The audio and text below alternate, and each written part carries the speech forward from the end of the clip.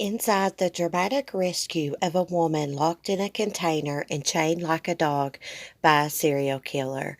And this article is by People Magazine, but first I'm going to show you guys a video clip. Don't move.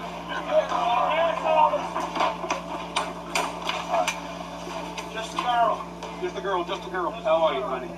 This is Bolt Cutters. This is our business. These are paramedics. I need to see it. Okay, we're gonna get you out there. Okay, just hang loose for me. Kayla Brown had been missing for more than 2 months when authorities chasing a tip about a sex crime ventured onto a rural South Carolina property and heard banging coming from within a metal shipping container. Inside, they discovered the disheveled 30-year-old woman in restraints and with a locked chain wrapped around her neck. Yet, even as they worked with bolt cutters to free her, deputies stumbled onto another horrific revelation. "Do you know where your buddy is?" they asked about Brown's boyfriend, who disappeared with her on August 31st, 2016.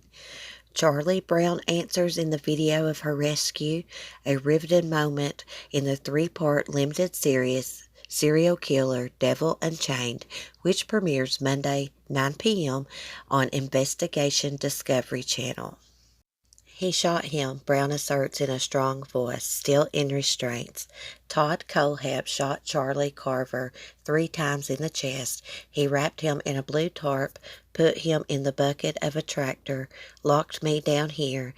I've never seen him again. The charge abruptly spun the image of Todd Kohlhepp from kidnapper to killer.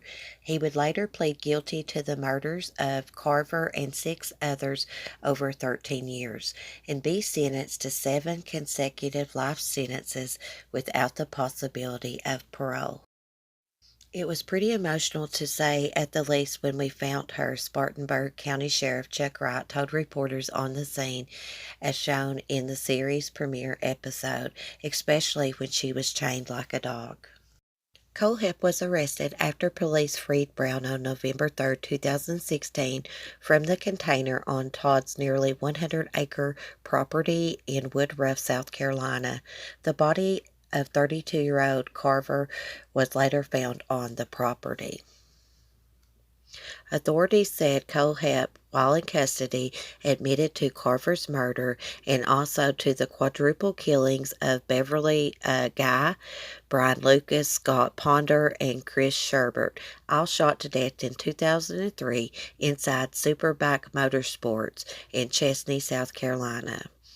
Kohlhepp's 6th and 7th murder charges were in connection with the 2015 deaths of Johnny and Megan Coetzee, whose body were recovered from Kohlhepp's property after Brown's rescue. They went missing in December 2015.